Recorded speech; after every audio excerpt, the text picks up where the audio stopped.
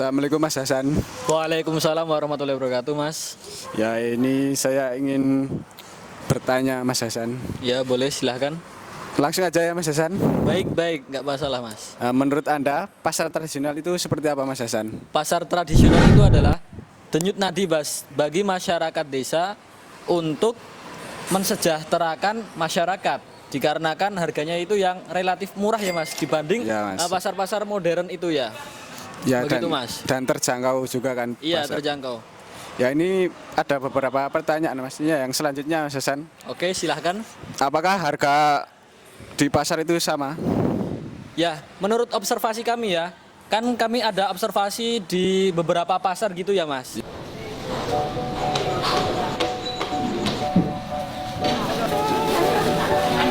Plastik sebelah itu Pak.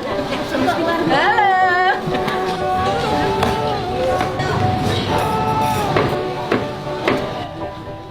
Mas. Harganya itu relatif berbeda-beda, Mas, relatif berbeda-beda di setiap pasar. Bahkan dari Tengkulak sendiri harganya sangat jauh sekali, Mas. Sangat jauh sekali. Ya, berarti Begitu. berbeda-beda. Setiap pasar itu Ya. ada harganya sendiri-sendiri Mas. Iya, Mas, berbeda-beda. Dan yang selanjutnya Mas, apakah mafia itu terlibat dalam pasaran Mas? Dalam pasaran sendiri masih sering sekali mafia itu beroperasi, Mas. Karena yang menaikkan harga turunnya harga pasaran itu adalah mafia sendiri, Mas. Kan sering kan itu di pasaran itu tiba-tiba cabai menaik, Melonjak. harganya Ya. mahal, tiba-tiba turun. Nah, itu pengaruh mafia, Mas. Oh, pengaruh mafia itu di itu ya Mas. Salah satunya. Ya. Naik turunnya harga ya Mas. Iya, Mas. Yang selanjutnya adalah terus apa peran pesantren dalam memperdayakan ekonomi di masyarakat Mas Hasan? Kalau tentang pesantren, pesantren sendiri itu sudah membuat UMKM, Mas. Membuat UMKM di berbagai tempat untuk pemberdayaan ekonomi ya. Gini, Mas.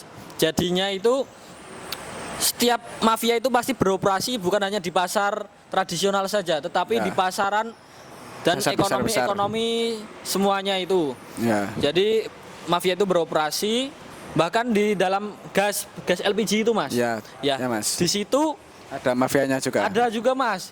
Kan ada truk datang terus itu meminta jatah uangnya, Mas. Oh, Meminta jatah seperti itu, ya. bayaran padahal kan sudah dibayar oleh pemerintah, tapi Ya. dia juga meminta. Oh, seperti preman ya Mas? Iya, seperti preman mafia itu. Bahkan bisa dikatakan preman juga. Preman juga.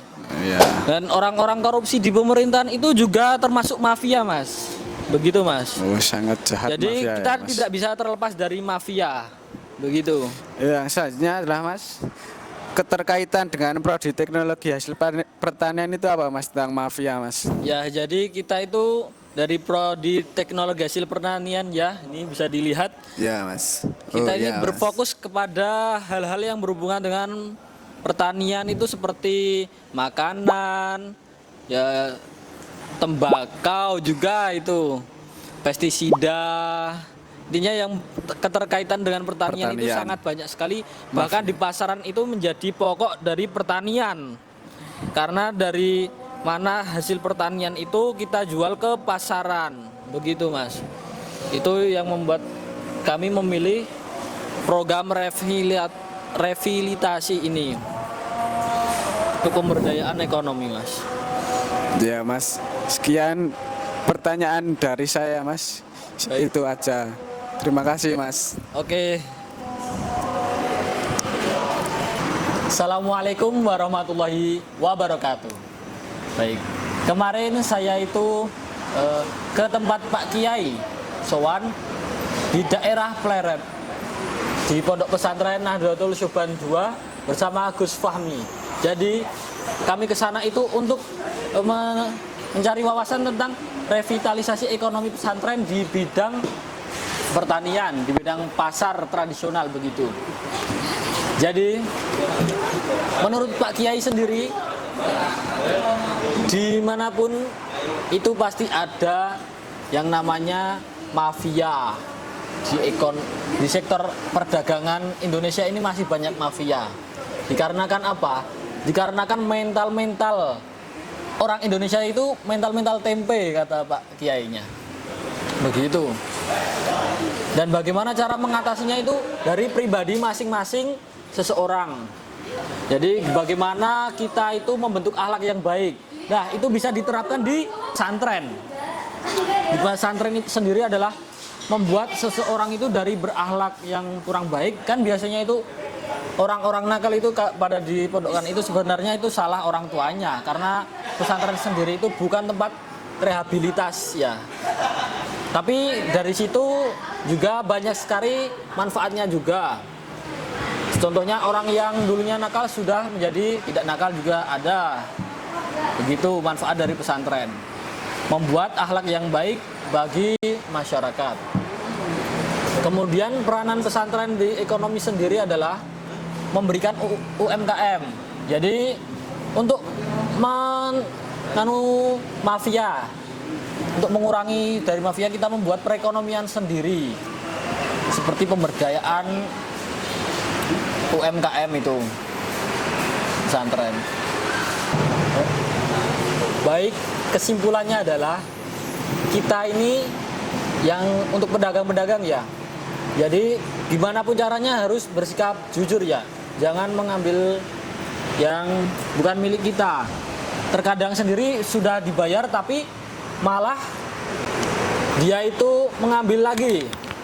Seperti tadi yang diceritakan, seperti penjual gas.